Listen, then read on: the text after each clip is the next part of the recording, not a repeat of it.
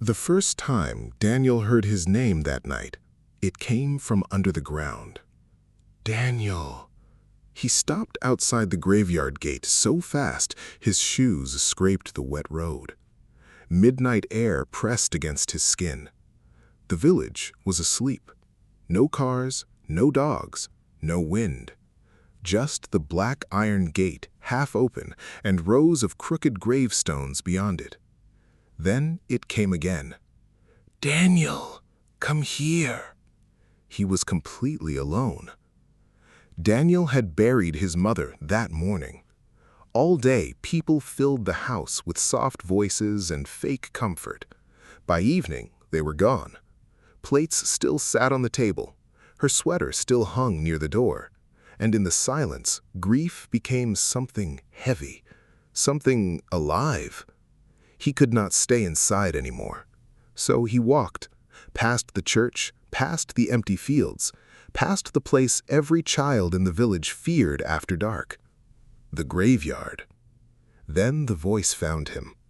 His mother used to say one thing every year on the same date. Never answer if someone calls your name from the graves. She always said it quietly, never smiling, never explaining. When Daniel was 10, he laughed at her. When he was 16, he stopped laughing. When he was 31, after she died with fear in her eyes, he remembered her final whisper. "It still remembers your voice." At the time, he thought grief had broken her mind. Now, standing at the gate, he wasn't so sure. The third time the voice called him, Daniel's blood turned cold. Because this time, it sounded like Sam, his little brother. The same small voice, thin, trembling, 11 years old forever. "Danny, please." Daniel gripped the gate so hard the metal bit into his palm. Sam had been dead for 15 years, or missing officially, but everyone in the village knew where he had vanished. Inside this graveyard, on a rainy October night, a night Daniel had spent trying to forget.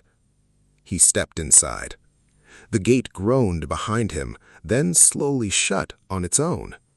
Every sound disappeared.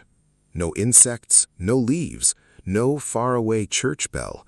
Even his breathing felt wrong, as if the graveyard was swallowing it before it could escape. Fog moved low across the ground. Old names shone wet on stone. Some graves were cracked open by roots. Others leaned like tired old men. Then, from deeper in the dark, "Danny, I'm still here." Daniel started walking. Battery full, just seconds ago. He cursed under his breath and looked down. Mud covered the path. Fresh mud, soft enough to hold footprints. He expected to see tracks from someone hiding ahead, but there was only one set. His. One trail leading inward, nothing else. No footprints beside the graves, no footprints behind him. No sign that anything living had moved through that place, except Daniel himself. Still, Sam's voice kept drifting through the fog. He passed the angel statue near the center of the graveyard. Its stone face was broken. One wing was missing. Children used to dare each other to touch it after sunset. At its base, half buried in mud, lay a small, stuffed rabbit. Daniel knelt slowly. Blue cloth, one button eye missing, torn ear stitched badly by hand. Sam's rabbit. Daniel had buried it with him. At least, that was what he had told himself all these years. His hand started shaking. Memory hit him hard. Rain, laughter, flashlights. Daniel was 16 again. Sam was 11, following him everywhere, begging to be included. Daniel and 2 older boys had dared Sam to hide inside the old family crypt until they counted to 50. "Don't be a baby," Daniel had said. Sam went inside smiling, trying to be brave. Then one of the boys slammed the iron door shut as a joke. Everyone laughed, but the laugh died when they heard the lock click. Daniel stumbled back from the memory. "No," he whispered. He had told the police Sam ran away. He had told his mother he'd lost him near the church road. He had told himself the rest would never return. Then the child's voice came from the dark, closer now. Not angry, worse, hurt. "You left me in there, Danny." Daniel turned toward the oldest corner of the graveyard, where black yew trees crowded around a low stone building, the family crypt. The path to the crypt was nearly gone.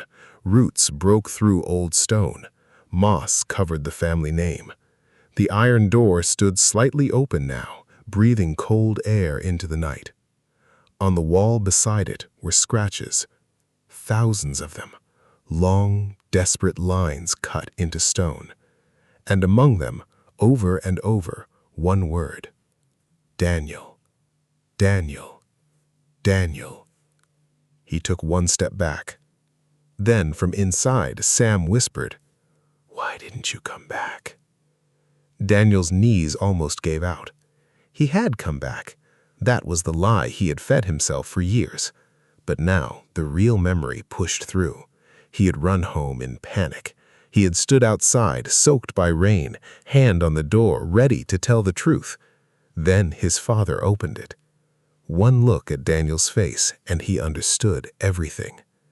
"Say nothing," his father had whispered, and Daniel obeyed. He stepped into the crypt. The smell hit first. Wet stone, rot, earth. Something old and sour, like a room sealed with fear. His dead phone screen suddenly glowed for 1 second, just enough to show narrow stairs leading down. At the bottom sat a small wooden chair. On it was Sam's flashlight. Beside it, a child-sized handprint in dried brown stain marked the wall. The voice was right below him now. "Danny, please hurry." Daniel went down. Each step groaned softly, like the crypt was waking up beneath his weight. At the bottom was a low chamber lined with shelves for coffins. Most were empty. One had collapsed. Another was cracked wide open. In the center of the floor lay a little skeleton wrapped in rotten fabric. One small arm still reached toward the stairs. Daniel made a sound that barely felt human. "Sam." The skull tilted slightly toward him. The air grew colder. A shape formed beside the bones. Thin at first, then clearer. A boy in a rain-soaked sweater, pale face, hollow eyes.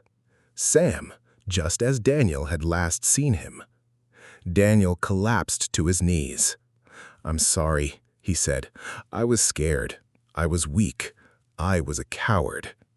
Sam looked at him, and for one awful second, there was no hate in his face.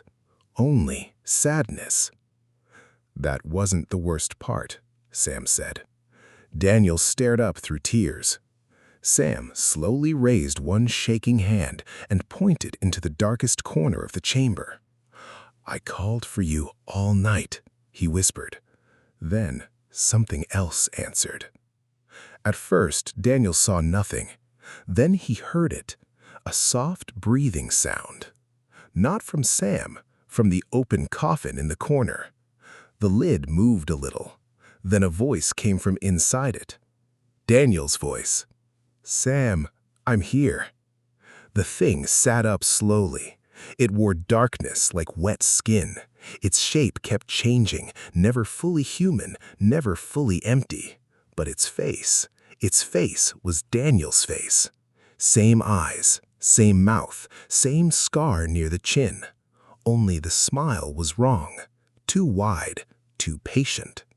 It climbed out of the coffin like it had all the time in the world. "I used your voice first," it said. It trusted it. Daniel could not breathe. Sam's small bones trembled behind him. "It lives on answers," Sam whispered. "It calls, you reply, it comes closer." Daniel remembered the gate, the road, the first whisper. He had answered. The creature smiled wider. "And now you came all the way down." It started walking toward him, slow, calm, certain. "Say your name," it said in Daniel's voice, "just once." Daniel backed away, grabbing Sam's small bones into his arms. The creature stopped only a few feet away, waiting like a spider. "Daniel," it coaxed softly. "Say it." For the first time in 15 years, Daniel did not run. He stood shaking, crying, broken, but still standing. Then he remembered his mother's whisper. "It still remembers your voice. Not your face, not your steps, your voice." Daniel pressed his lips shut, held Sam's remains tight, and turned for the stairs. Behind him, the creature screamed his name. The sound hit the walls like knives, but Daniel did not answer. The thing rushed him. Cold hands caught his jacket, fingers like wet roots wrapped around his throat. Daniel nearly cried out. Nearly, but he forced himself silent. He kicked backward, slammed the iron stair rail, and the rusted lantern hanging near the door crashed down. Flame burst across old cloth and dry wood inside the crypt. Fire climbed fast. The creature shrieked in 100 stolen voices. Daniel kept moving, silent. He burst out into the graveyard as flames rolled behind him. Black smoke climbed into the night. The iron door slammed shut by itself. From inside came one final sound. His own voice, weak now, fading. "Daniel." He walked through the graves without looking back. At the gate, dawn finally touched the horizon. Birds began to sing.